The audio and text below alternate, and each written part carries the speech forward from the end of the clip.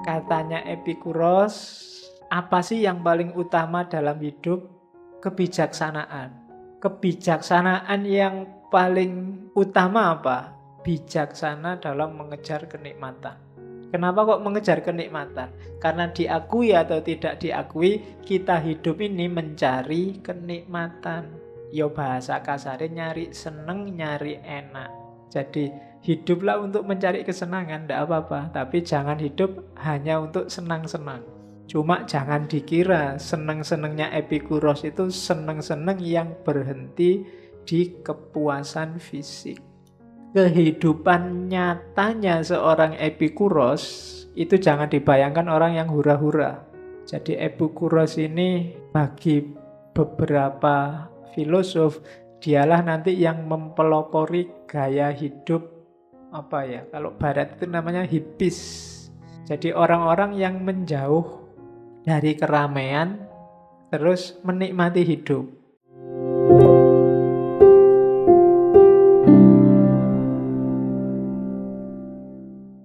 Malam ini kita nambah satu wawasan lagi dari Epikuros. Epikuros ini dikenal sebagai filosof hedonisme. Cuma orang barat nanti menceritakan Epikuros itu konotasinya agak negatif. Bukan apa-apa, bukan karena pikiran-pikirannya jelek, karena agak awal habisnya Yunani kan munculnya Romawi yang Kristen itu. Nanti ajaran Epikuros ini tidak terlalu disukai sama orang-orang Kristen karena mereka lebih suka dan nanti lebih laku tandingannya Epikureanism, yaitu Stoicism minggu depan. Ajaran-ajaran Epikuros itu dianggap ajaran yang hanya mengejar kesenangan. Tapi sebenarnya enggak sekedar itu. Enggak sekedar itu. Jadi di banyak referensi, biasanya di buku-buku filsafat umum dasar, Epikureanism ini dianggap aliran yang mengajarkan hidup hanya untuk mengejar kesenangan jasmania. Kalau di kamus itu saya lihat definisinya, seorang Epikurean itu a person who devoted to refined sensuous enjoyment, especially good food and drink. Jadi definisinya agak dangkal. Jadi Epikurean itu orang yang hidupnya didedikasikan untuk cuma nyari kesenangan saja. Sebenarnya tidak salah definisi itu. Tapi kalau tidak dijelentrehkan apa maksudnya kesenangan dalam filsafatnya Epikuros, orang bisa salah paham. Dianggapnya orang hidup ini cuma untuk senang-senang. Ya hidup itu memang nyari senang kalau pakai teorinya Epikuros ya. Nyari kesenangan itu sah, manusiawi, bahkan harus. Apa ada orang yang hidupnya nyari susah? Kan nggak ada. Cuma orang sering salah pakai. Nyari senang itu boleh, tapi kalau hanya untuk senang-senang itu beda kan konotasinya. Jadi hiduplah untuk mencari kesenangan, tidak apa-apa. Tapi jangan hidup hanya untuk senang-senang. Konotasinya beda antara nyari kesenangan dengan senang-senang belaka. Nah, kalau Epikuros itu yang nyari kesenangan ini. Kalau ada yang berani angkat tangan, siapa yang mau nyari susah dalam hidup? Tidak ada. Itu yang ditangkap oleh Epikuros. Epikuros ini filosof pasca Sokrates. Dan gagasan awalnya mirip kayak kelompok sinisme. Dia di awal sinis pada pikiran-pikiran Sokrates, Plato, dan murid-muridnya. Kalau Sokrates, Plato, dan murid-muridnya kan mikir keras luar biasa untuk mencari gimana caranya jadi orang baik. Dan itu diketawakan oleh Epikuros. Ndak manusiawi yang kayak gitu. Hidup itu bukan gimana caranya jadi orang baik, tapi gimana caranya bahagia. Dan katanya Epikuros, bahagia itu apa? Bahagia itu seneng. Rumusnya simple. Kalau kalian, saya ini bahagia sekali, tapi kok sumpek terus nangis, terus ndak ada orang percaya kalau kalian bahagia. Definisi paling simple kalau ada orang tanya, bahagia itu apa? Senang. Awal dan akhirnya bahagia itu senang. Yo kalian bisa lah berteori ndaki-ndaki, bahagia adalah sampai sak buku itu kan kemarin bahagia. Makanya Epikuros tidak saya masukkan dulu waktu sesi filsafat kebahagiaan, karena langsung buyar konsep idealmu. Ya, karena bahagia bagi Epikuros terlalu banyak teori. Bahagia itu seneng, titik. Ya nanti kita jelaskan apa itu seneng. Jadi kan kemarin bahagia itu utama itu nyari perilaku di antara dua ekstrim dan seterusnya. Keruwetan. Meskipun di antara dua ekstrem, kalau kamu sumpek itu namanya nggak bahagia. Kalau kita ndak tenang itu namanya ndak bahagia. Jadi awal dan akhirnya bahagia itu seneng. Itu Epikuros. Jadi ya mungkin nanti di sini saya pakai kalimat kebahagiaan, tapi bacalah kebahagiaan itu sebagai kesenangan. Ngaji filsafat ini membahagiakan nggak? Ya Pak, membahagiakan, cuma saya sering sumpek, nggak paham-paham, saya kadang hujan juga males, rasanya kok, itu berarti nggak bahagia kamu ngaji filsafat. Ciri paling gampang, kamu nggak seneng. Kuliah itu menyenangkan nggak? Kuliah itu membahagiakan nggak? Yo, bahagia sih Pak, saya bisa kuliah. Tapi kok yo masuknya jam 7, dosennya nyebeli kabeh, terus itu namanya nggak bahagia kamu kuliah. Parameternya apa? Kamu tidak seneng. Kalau seneng itu kan kuliah jam 7, setengah 7 kamu sudah nunggu. Dosen ini tak tunggu ini, setengah 7 masuknya jam 7. Buktinya kan kamu ya kuliah jam 7 datangnya setengah 9. Prinsipnya gampang, yang penting ketut absen. Kan sering begitu. Berarti kuliah itu tidak membahagiakanmu. Buktinya apa? Kamu tidak seneng. Dan itu konsep dasarnya Epikuros. Cuma jangan dikira seneng-senengnya Epikuros itu seneng-seneng yang berhenti di kepuasan fisik. Kehidupan nyatanya seorang Epikuros itu jangan dibayangkan orang yang hura-hura. Jadi Epikuros ini bagi beberapa filosof, dialah nanti yang mempelopori gaya hidup kalau barat itu namanya hippies. Jadi orang-orang yang menjauh dari keramaian terus menikmati hidup. Nanti jamaahnya banyak Epikuros ini. Jumlahnya sekitar 400-an zaman itu, kira-kira 400-an lebih. Membentang dari Mesir sampai ke Palestina, jamaahnya banyak. Jadi awalnya dia beli rumah besar, yang di rumah itu dibikin semacam sekolah, kampus, cuma tidak di dalam ruang, tapi outdoor. Makanya dikenal sekolah kebun atau sekolah taman. Bahasa Inggrisnya the garden school. Jadi sekolah taman. Orangnya ngumpul di taman, nyari posisi santai, saenake, terus belajar. Dan hidupnya juga di rumah itu. Nanti di rumah itu banyak kamar-kamar, monggo milih kamar yang cocok. Berinteraksi sesering mungkin di sana, tukar pikiran sesering mungkin, tapi santai, menikmati hidup. Banyak nanti jamaahnya yang meninggalkan pekerjaannya, meninggalkan kesehariannya, kekayaannya untuk gabung di gengnya Epikuros ini. Itu jadi bikin semacam halako sendiri keluar dari keramaiannya Athena. Menjauh dari pusat kota. Dan nanti banyak cerita-cerita fitnah. Kalau hari ini hoax. Jadi ada yang bilang Epikuros itu selalu mengadakan pesta-pesta makan dan juga pesta-pesta seks. Cuma itu ya karena hari ini nggak ada medsos, nggak ada yang bantah.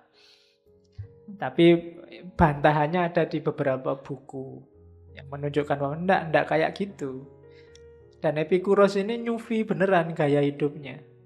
Bagi Epikuros, ya zaman itu di antara makanan mewah itu keju. Katanya Epikuros kalau orang sehari makan keju lebih dari 1 kali, itu sudah berlebihan.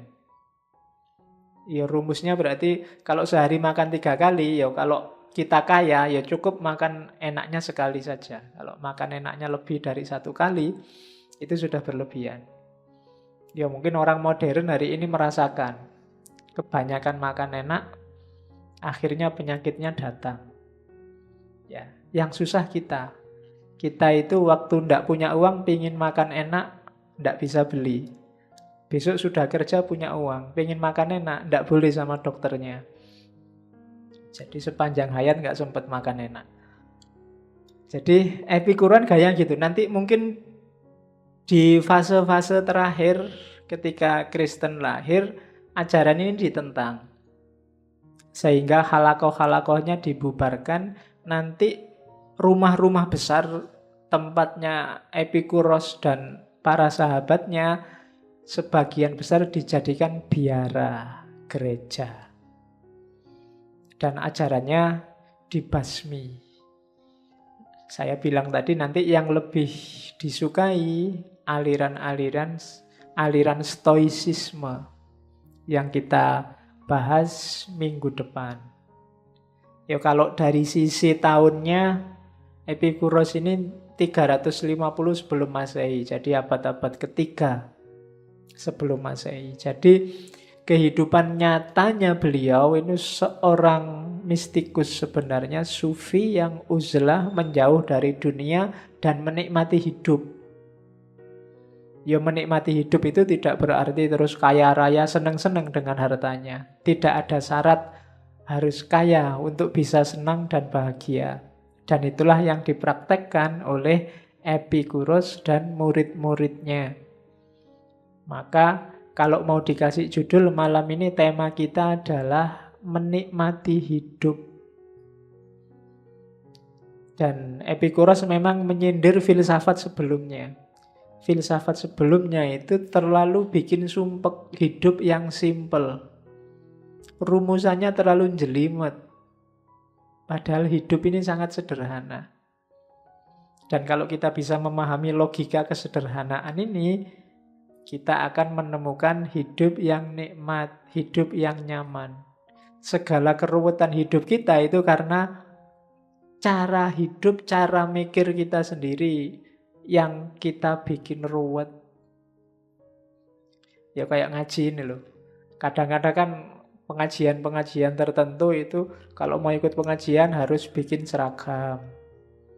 Oh itu ya karena saya ngalami sendiri. Baru ikut pengajian suruh beli seragam.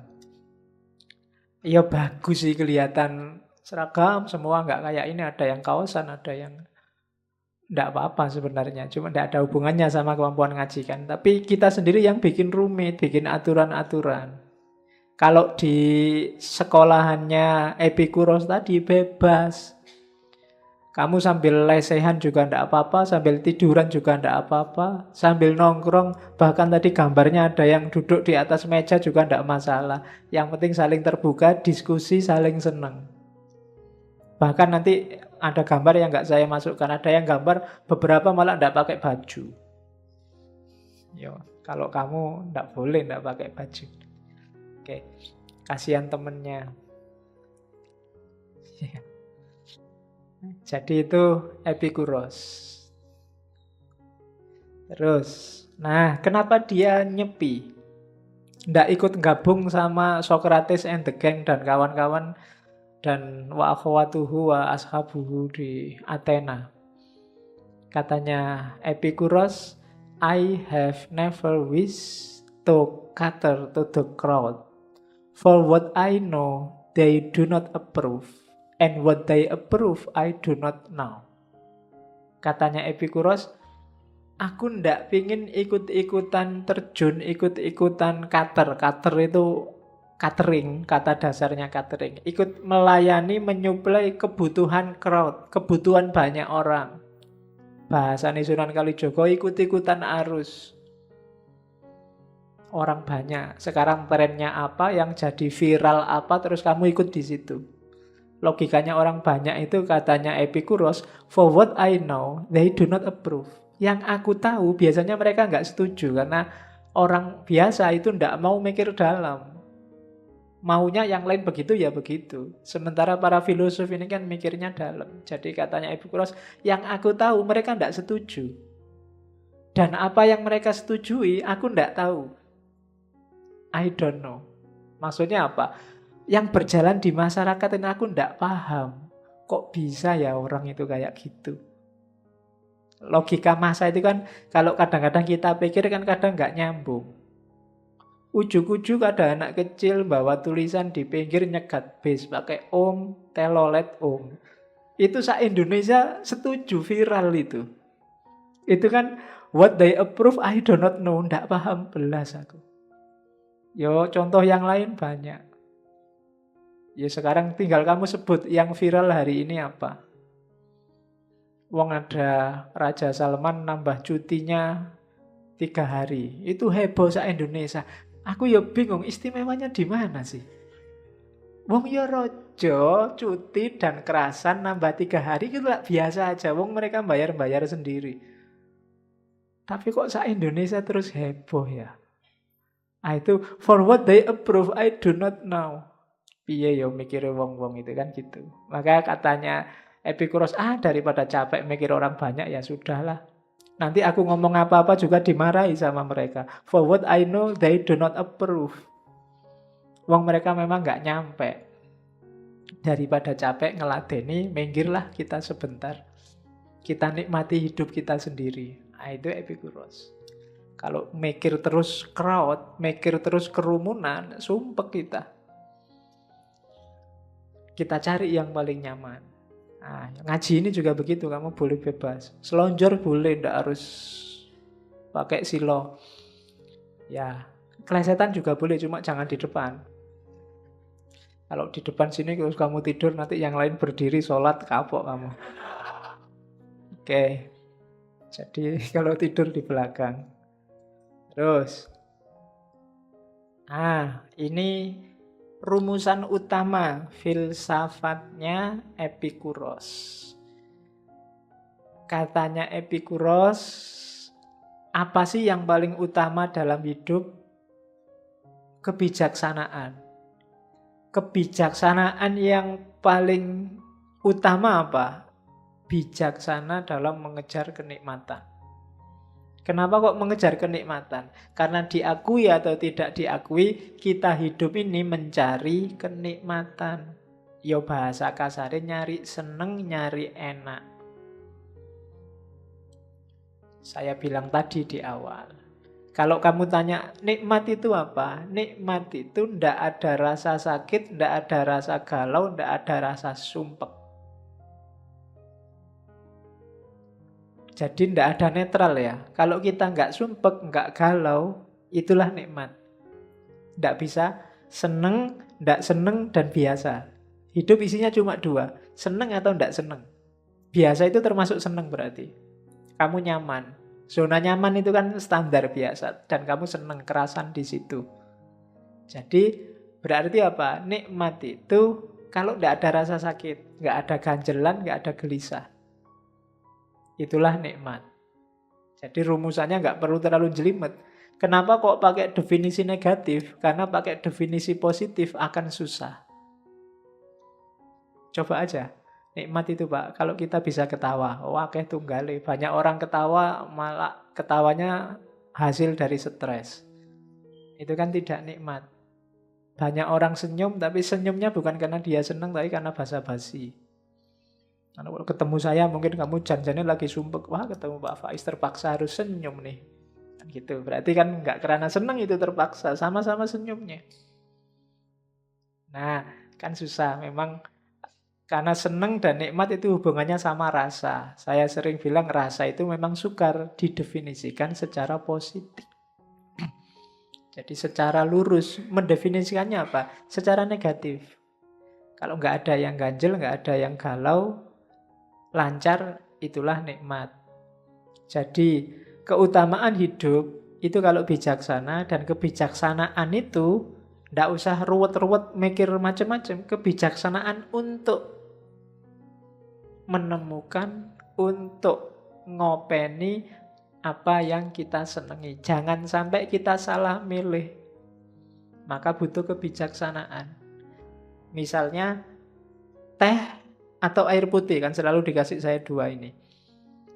Mana yang paling bikin aku seneng, itulah nanti yang tak ambil. Untuk bisa milih ini, bikin kebijaksanaan. Saya harus noleh sini apa noleh sana, kira-kira lebih nikmat mana. Nah, itu kan milih mesti. Antara sana apa sini. Mungkin nikmat sana, cuma urusan yang lain saya harus lihat ke sini. Nah, itu maka saya, ya karena kalau ke sana nanti habis ngaji aku kangen.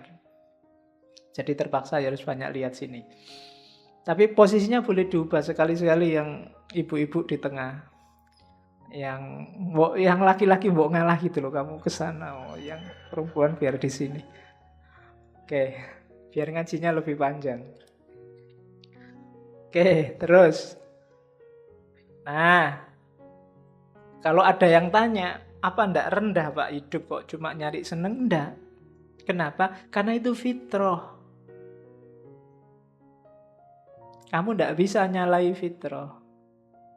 Orang hidup itu, ya Allah itu kan nyuruh kita ke muka bumi kan nggak terus DKI tugas, terus PR, terus kan enggak.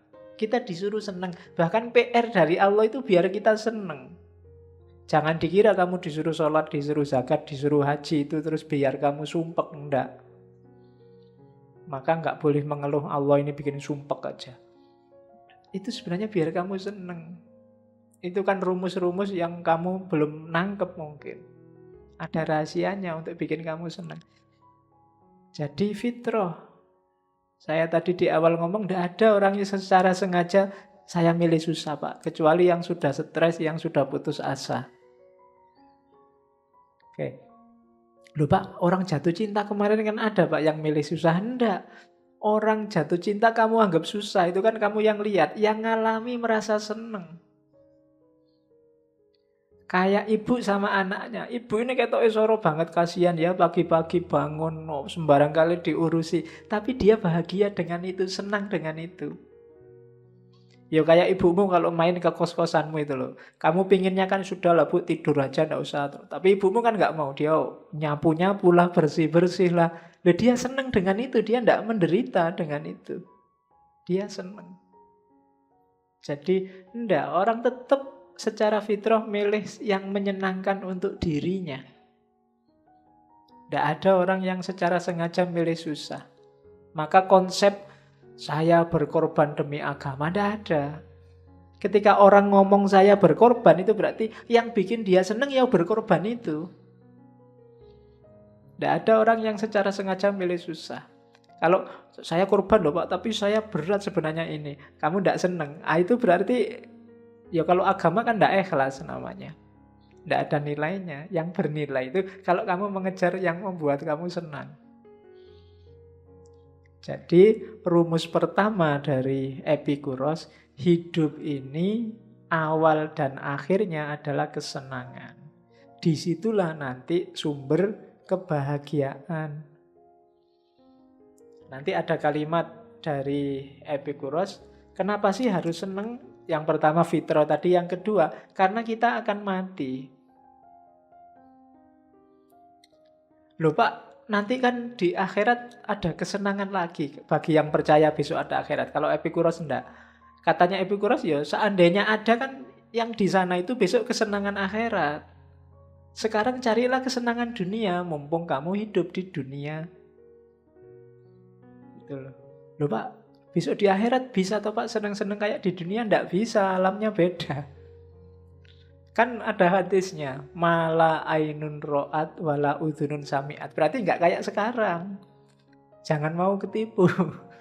Berarti senengnya akhirat besok, bukan senengnya dunia pasti. Wong mala ainun ro'at wala udhunun sami'at kok. Jangan dibayangkan, Pak, besok di surga 72 bidadari, berarti di rumah saya ada punya istri 72, terus bebas ngapain aja. Bayanganmu ngono.